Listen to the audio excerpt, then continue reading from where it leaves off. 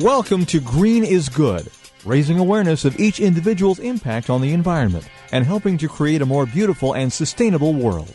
Now, here's John Shigarian, Chairman and CEO of Electronic Recyclers International, and Mike Brady.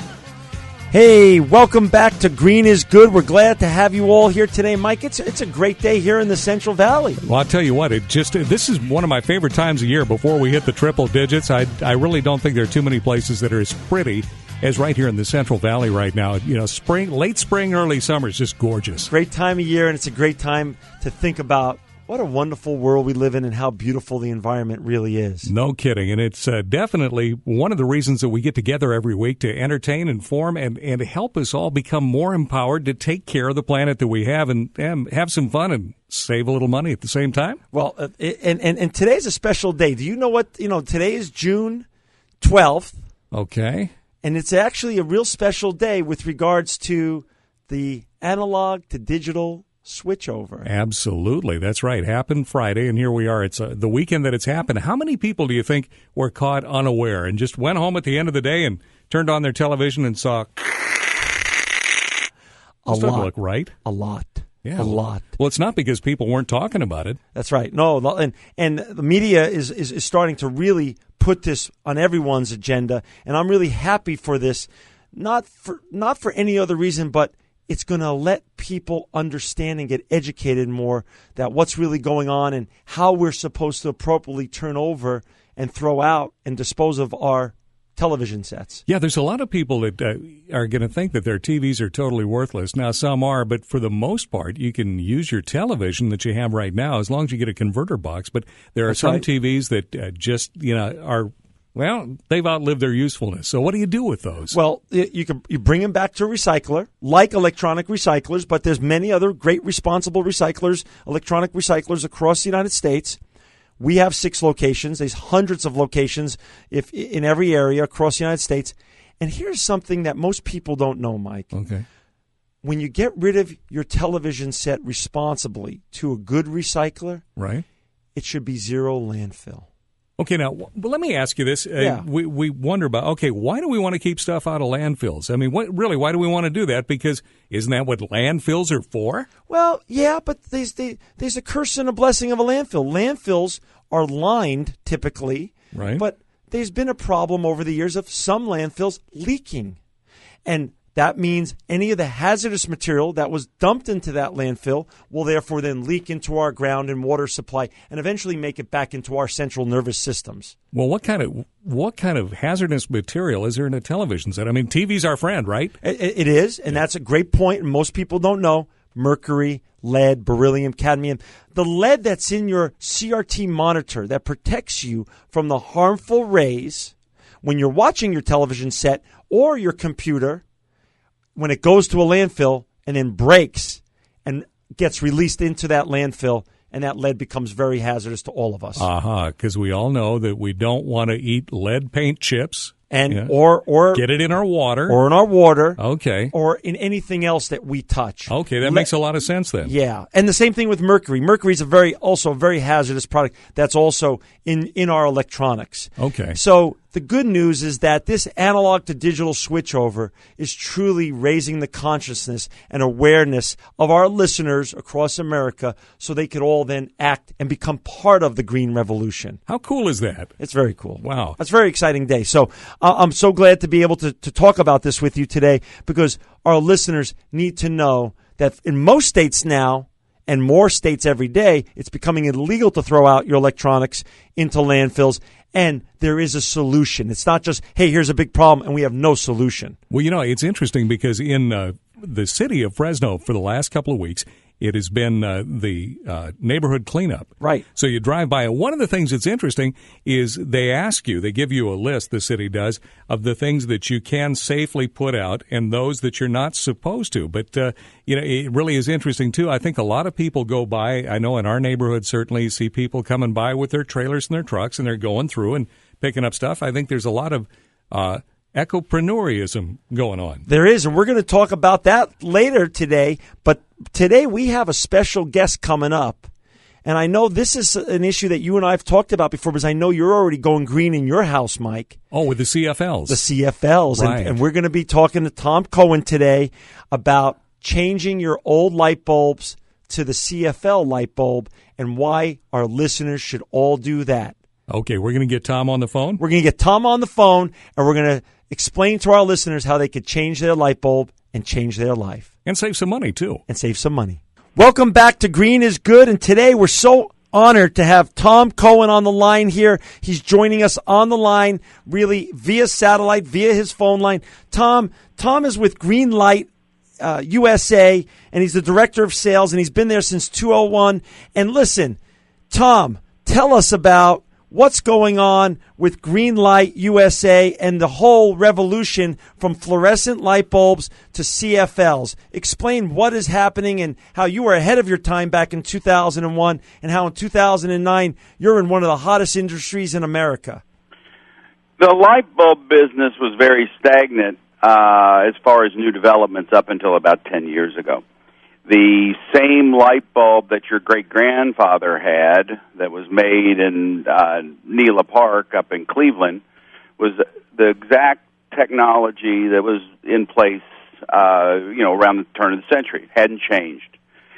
Then about, probably in the late 80s, they began development of what's called compact fluorescent light bulbs, which is a electronic light bulb, and the first versions worked, but the color rendition, you would turn it on, and the public could really tell that it was a fluorescent. It didn't have a very pleasing, effect in your home. Right. Now, with breakthroughs, and we keep making the product better and better. The electronic light bulbs that are called compact fluorescent light bulbs, now you couldn't tell the difference in a million years. It looks identical to what you've been using forever. So the quality is now similar to the light bulbs that we've all grown up with and all have used. But now make the case. Tell us why our listeners should use a CFL instead of an old light bulb, because what is the energy savings and what other benefits do they have by doing it? Well, there's a lot of benefits. Energy saving being, at the forefront. One compact fluorescent bulb will save 75 to 80% of the energy that's used for a regular light bulb. So a typical light bulb, the most popular wattages in America, are 60, 75, and 100 watt. So 60 watt is fully replaced. Same lumen, same light output by 13 watts. So if people change and lighting makes up about 30% of your electric bill, you can see very, very significant savings. One light bulb, and they last about 10 years, will save about $100 over the life of the light bulb. Mike, this is everything you've been talking about. Well, it really is funny, guys, because as the CFLs became available in just about every place, and I noticed that the prices really come down, too. What's really cool is that every light bulb that I've replaced in our house with a CFL, I think it goes back a couple of them, or at least a couple of years old. I haven't had to change a light bulb in so long I can't remember. No, there's just no question. I mean, literally, the ones that are being manufactured today, we rate them 10,000, 12,500 hours. And literally, unless you're burning a light bulb in a certain area where it's on all the time, literally, when you change to CFL in most applications, you'll never, ever have to change it. Wow. Hey, then so what else? What other benefits do our listeners have if they change over their light bulbs to your light bulbs? So they have a cost savings, there's energy savings, it's less work, you have to change the light less. What else is going on that we don't know about? This is your business. Tell us what else that our listeners should know. The amount of emissions that are put out to run incandescent light bulbs in this country is really staggering. The major power companies around the country have gotten behind compact fluorescents, and the reason is that any person can make a change immediately. So the power companies around the country fun programs to get people to change to compact fluorescents. And what they found is you'll hear sometimes on the radio or in print, and you'll hear people say, you'll hear advertisements that'll say, come in and change your refrigerator to Energy Star, or come in and change your windows to Energy Star. But the truth of the matter is, unless you're remodeling your house, you're not changing your windows, and unless your refrigerator is broken, you're not changing that. So, no matter how much the rebates are from the companies or how good a deal it is, nobody does it. But when you have a compact fluorescent light bulb, and the power companies off through a retailer offer them at a very, very reduced price, people will change, and they'll sometimes change all of them in their house.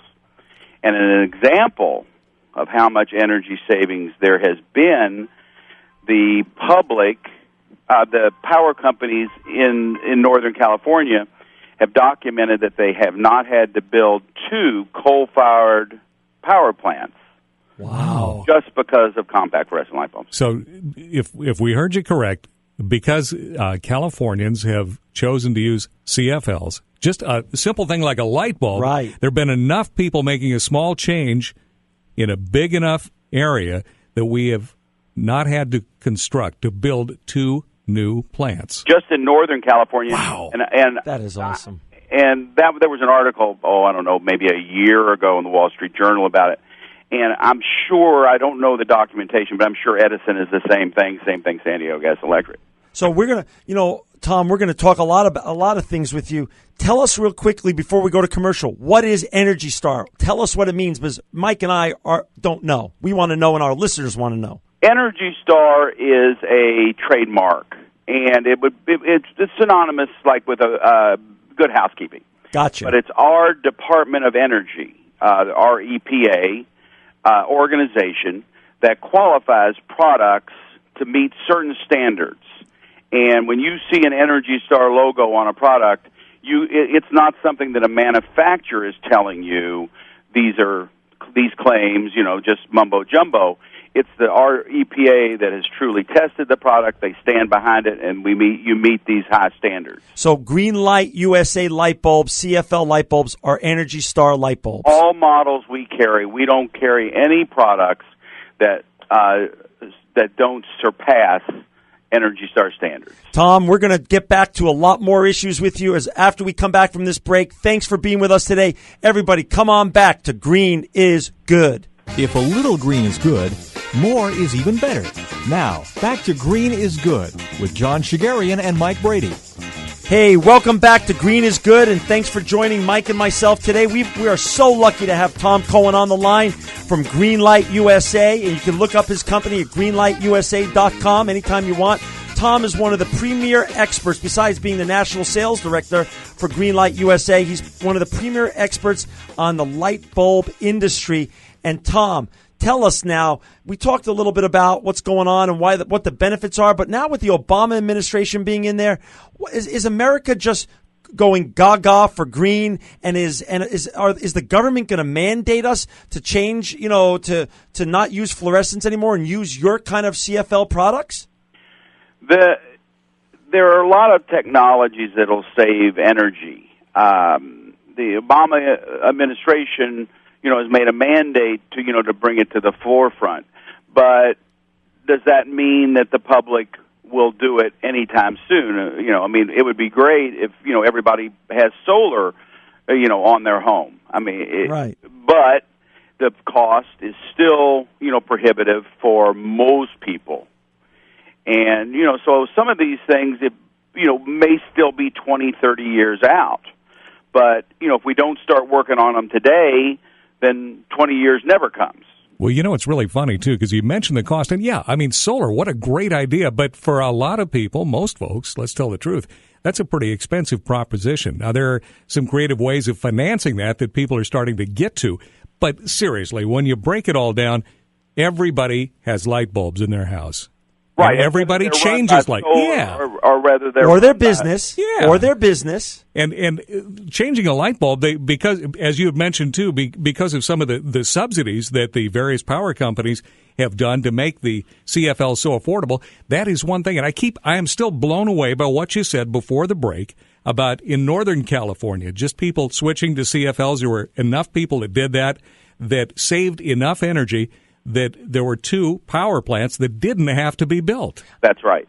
And you can, any of your listeners can go on to EnergyStar.gov, Okay. which is the website for Energy Star. Great. And they have all types of statistics of, how many, switching to compact fluorescent, is equal to removing, a zillion cars from the road. It's really some staggering stuff. It's very interesting. But, I mean, if your light bulbs last 10 times longer than a typical old light bulb, Right. all of our listeners across America, I mean, Tom, tell us what the catch is. What's the downside to buying your CFL products and for all the people of this country in business or at their home to change their light bulbs? There's no downside.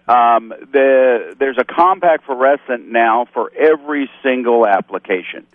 So it started out that a compact fluorescent, if you've ever seen them, they were a spiral type design, which is the norm. And the reason they're designed as a spiral as opposed to a different configuration is because it has more exposed tubing, and that allows more light to escape. So that's the reason you see the spiral design. Okay. That makes sense.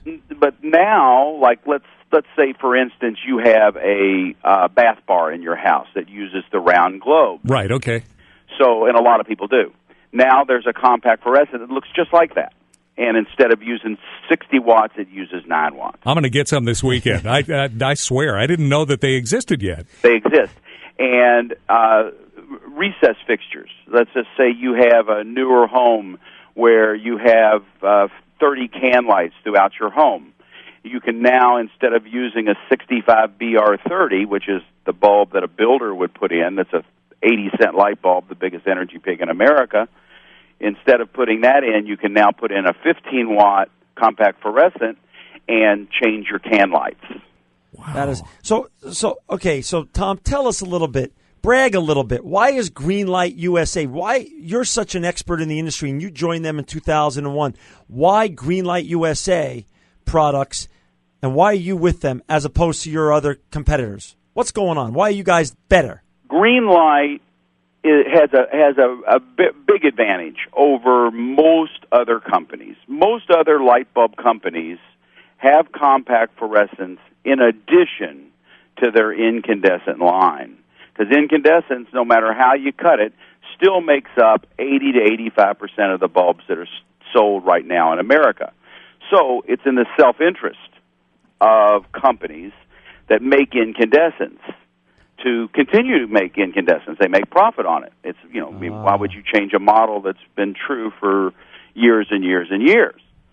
So Greenlight, our only business, is energy efficiency. So all of our efforts, all of our R&D, all of our marketing efforts only go after energy-saving products. So it's a big advantage for us. Gotcha. And tell us, this sounds so amazing just for the regular consumer out there, but tell us, Mike and I love giving also nuggets of great information, of green information to businesses so they could save money but also become more green. Tell us about some of your better, bigger brand names that all of our listeners would know about, such as Disney and Microsoft, and what you're doing with them to green their companies.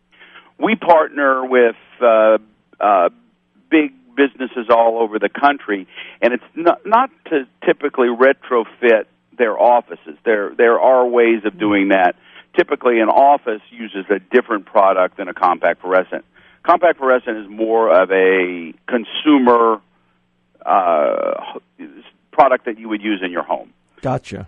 We partner, like this past year, we partnered with Microsoft, and what we did there is we put a program together with the Seattle Power Companies on their Bellevue, Washington campus, and made products available for $1 for a 4-pack of compact fluorescent light bulbs, and I think it was 50 or 60,000 4-packs were distributed in one afternoon. So you really are interested in education and also helping people learn how to change their old behavioral patterns. That's right.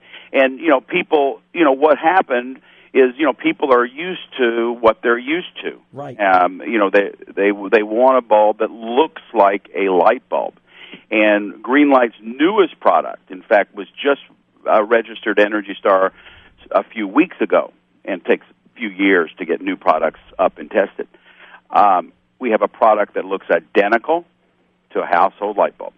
It has the same cover, same exact shape, and for 14 watts, it replaces a 60-watt, and you couldn't tell the difference physically if you looked square on it. Tom, the new bulb that looks like the old bulb, if you will, do you make those, or are there plans to make those in the three-way configurations? The three-way is a little different. The two toughest technologies with compact fluorescence are three-ways. Just the technological makeup of that, you have to use a little bigger tubing. Okay. And dimmable. We make dimmable products, but they're not as smooth as an incandescent dimming product. It is that's the toughest technology to change. Okay, so it's more like getting the calibration between the rheostat on the wall to actually take it down gradually. It's exactly right. Okay. And the more consumer is educated, you can, with dimming compact fluorescence, you just like you said, you turn it all the way up, and then you dim it down slowly, and then it's perfect. But people get in a hurry and rip it back and forth, and it just doesn't operate like that. Gotcha. Hey, Tom, tell us about Mercury a little bit. People say there's Mercury in CFLs. Mike and I really want our listeners to get educated to this issue. Is there really mercury in CFLs, or is that a myth? And if there is, how do then, when you're done using your CFL, how do you then dispose of it appropriately? Okay. It's not a myth. Okay. For compact fluorescent light bulbs to do their thing, there has to be a trace amount of mercury. Okay. The Energy Star has come up with a standard amount that it can't exceed. It's 5 milligrams. These probably wouldn't make, you have to be an engineer to know this. Greenlight has voluntarily brought their mercury down to approximately 1.8%. So we've reduced it by 60% voluntarily. Now, the amount of mercury in a compact fluorescent light bulb is similar to like a can of tuna fish. So it's a buzzword. And especially companies that are going to be impacted by the sale of compact fluorescents, i.e., incandescent light bulb makers, try and throw that out because it's truly the only negative. I gotcha. But the amount of pollutants that are not put into the air and water and greenhouse emissions, what have you, right? It's just there's no comparison. Gotcha. So you're saying on a cost-benefit analysis, the trace amount of mercury in CFL bulbs is so small it does not even put a dent in all the benefits that using CFL that you discussed earlier. That's exactly right. Got it. Well, I don't think if it's equivalent to or less than the amount of mercury you'd find in a can of tuna. I mean, I've known about that for a long time, and exactly. I haven't quit eating tuna. So right, and like in your home, there's in a watch battery, there's 20 times more mercury than in a compact fluorescent in a thermostat on the wall. And once again, if your listeners want to know more about it, there's several papers on EnergyStar.gov that they can find very interesting and put them at ease. That's great. Now tell us, we've been talking about light bulbs all this time. Take out the crystal ball now and tell us about the future. What's the future of Greenlight USA and what you're working on, Tom, and also the future of lighting in America and beyond lighting, solar and other things? What do you see the future look like? We see, as far as generating power, in my opinion, solar is the most exciting form of generating energy. Our parent organization actually is a solar wafer manufacturer. And this is an industry that we will be gravitating into as far as modules in the next few years. So solar is certainly the most exciting power generating. I mean, we especially here in California, Arizona, Nevada, maybe not today, but most days we're going to have plenty of sun. And then with regards to the CFLs, how many times in the next 3 or 4 years, how many times bigger can your company become? Well, I mean, those are type things that we never like to talk about. Okay. We will say that there's certainly growth possibilities. Around the country, there's still areas where compact fluorescents only make up 1 or 2% of market share. And, the reason for that is their power companies, are not mandated or aren't forward-thinking to offer incentives to customers. Tom, where can our listeners find your great Greenlight USA products? I want them to be able to, after listening to your great thoughts on CFLs, I want them to be able to find it now. Where can they go? Greenlight participates with all the major retailers in the United States. Sometimes that depends on what power companies are promoting the product. Right. Although around the country, if there's one particular retailer that any of your listeners, regardless if they're in Florida or here in California, they can always find Greenlight at Kroger, which is the largest grocery store chain in the United States. And here in California, Kroger goes under the banner Ralph's or Food for Less. Oh, that's perfect. And for all of our listeners to learn more about Tom's great company, Greenlight USA, go to greenlightusa.com, or to learn more about the CFL industry and what's going on, go to EnergyStar.gov. And just remember, you can change your light bulb, change your life, save some money, and save our environment. And because people like Tom Cohen exist and his great company, it just proves again that green is good.